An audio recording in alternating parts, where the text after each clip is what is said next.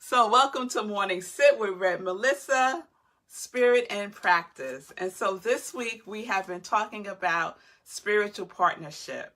And I so appreciate all of the responses, the DMs, the questions. Folks have been calling me, talking about their relationships and talking about what they're looking to call in for their next relationship, And so we're always preparing ourselves by doing our work. And that's why we do our spiritual practice. Doing our spiritual practice encourages us to continue to do our inner work so that when we're in relationship or we're calling forth relationships, we're magnetizing our minds to that relationship that we are desiring for our highest good at a high vibration, right? So keep doing your work. You're doing great. And so I just wanted to recap for everybody before we get into the conversation about disagreements and spiritual partnerships, right? So we said spiritual partnership is a partnership between equals. That's really important. Are you in a relationship with someone who is your equal? And let's just talk about equals in the sense of consciousness, in the sense of vibration. Do you vibrate at the same frequency? That's really important. So, spiritual partnership is a partnership between equals for the purpose of spiritual growth. So, that is the framework from which we're talking about spiritual partnerships. And we're talking about love relationships. So relationships with significant others. So spiritual partnerships can be in other relationships, but for the purpose of this conversation, we're talking about love relationships with our significant others. So we talked about sacred relationships in our sacred series, right? And it's about reverence, right? We said sacredness is about reverence, holding something as holy. So in our spiritual partnerships, we're holding it with reverence, right? It's important. It's divine. It's delicious. And there's a commitment to growing and doing your work, right? We're making responsible choices in our relationship, and we're consciously choosing love. We're consciously choosing love. Even when we're frightened, we're choosing love to demonstrate and communicate with each other. We talked about having that conversation about what the intention of your relationship is. What is your intention? Because that's a lot of times we don't have that conversations and we just go by assumption. So I assume this and you assume that, and we are not on the same page. So have the conversation. What is your intention for the relationship? Because from that you create a dynamic connection with each other because you're headed in the same direction. You're on the same path together. And yesterday we talked about the feeling tone. What is the feeling tone of the relationship? Have that conversation. The feeling tone that I want to co-create with you in relationship is enthusiasm, is joy, is fun, is adventure, is peace, right? Have that conversation. What is the feeling tone? Because that feeling tone is the feeling tone that you are creating within yourself. You can't have the feeling tone in a relationship if you don't have it within yourself, right? So you're cultivating that within yourself, cultivating that in your relationship. Okay, so today we're talking about disagreements, right? And I'm talking about disagreements in the context of unity. So you can have disagreements and still be unified, right? We're not separate in our spiritual relationships. We recognize that we are living from the place of oneness, right? So there can be disagreement and still be oneness, right? So disagreements don't have to divide. You're not divided against each other. Okay, so there is unity and disagreements. So how do you resolve disagreements, right? Have that conversation before you're in a disagreement. right? You're talking about your feeling tone. You're talking about the intention of your relationship. Have a conversation about disagreements. Have a conversation about how you show up when you're in upset, when you're not upset, when you're not upset. So have that conversation. What works for you, what doesn't work for you when you're in disagreement with your spiritual partner. So I want to read 1 Corinthians chapter 1, verse 10.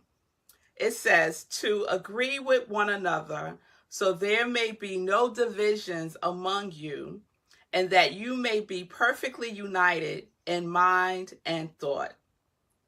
So, perfectly united in mind and thought. So you could have disagreement and still be perfectly aligned, perfectly united in mind and thought, because you're leaning on the commitment to each other's spiritual growth. You're leaning on the commitment of the intention of your relationship. You're leaning in the commitment to co-create in your relationship. That does not go out the window just because you're in disagreement with one another, right? So in disagreement, there's an approach to learning and growing about yourself, about the other person, and about each other as spiritual partners. So the orientation in disagreement is not to defending my position, making the other person wrong, exerting inauthentic power. It's not about defending my perception or my perspective about something. It's not about proving a point. It's not about that, right?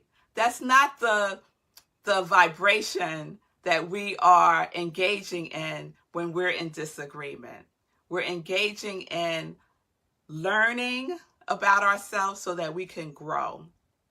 And that person that we're in partnership is facilitating, standing with us because they're committed to our spiritual growth. Okay? So when you're in disagreement, right?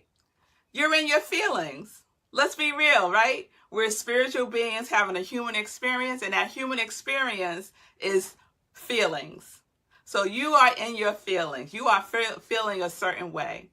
Own your feelings. That other person is not making you feel anything.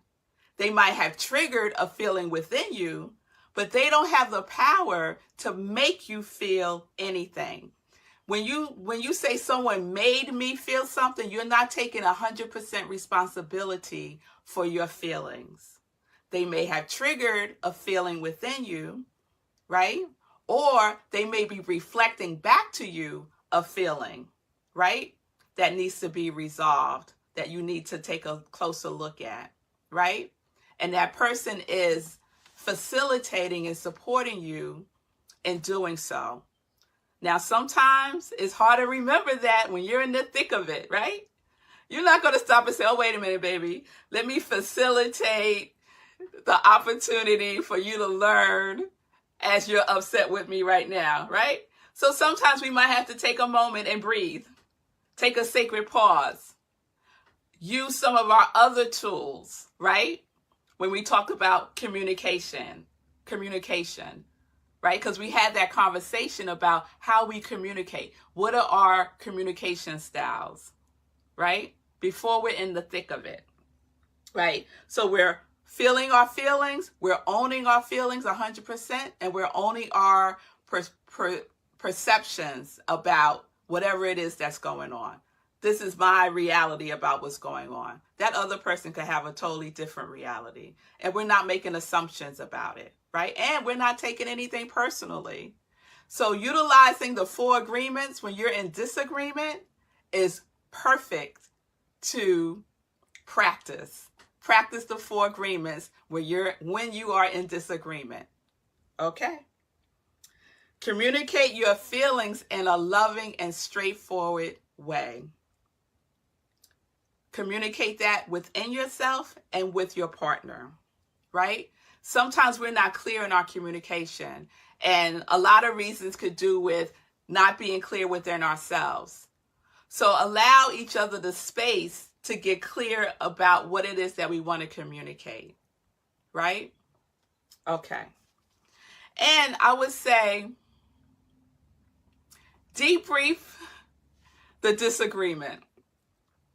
It's very powerful to debrief disagreements. You know, when you're at work and you're in a project, you've done a project, or you put on some event and you have that debriefing meeting to see and assess what worked, what didn't work, what we could do better. You could do that in spiritual partnership when you have a disagreement. After the disagreement and things have settled, right? And you're clear and you're in a space where you can assess and take a look back together, have a debrief. Debrief the disagreement, right? You check in and say, how are we doing? How are you doing, my beloved? How are you doing, my beloved? And share with each other. Assess if what you're doing worked. If it worked, wonderful. If it didn't work, what can we agree on to do differently the next time? Right? What would we do that might be more effective the next time? Debrief that with each other. And remember, it is not necessary to agree, right? It's not necessary to agree. The point of a disagreement, I call it a carefrontation, is not to come into agreement about whatever it is. It's to allow for that person to grow, to learn about themselves, to learn about each other in relationship. That is the intention. Because getting caught up in the, I want you to agree with me, is really about wanting that person to see from your perspective, right? And sometimes we get stuck there and we can't move things along. So get clear within yourself. Have the discussion before you're in the disagreement about how you're going to disagree.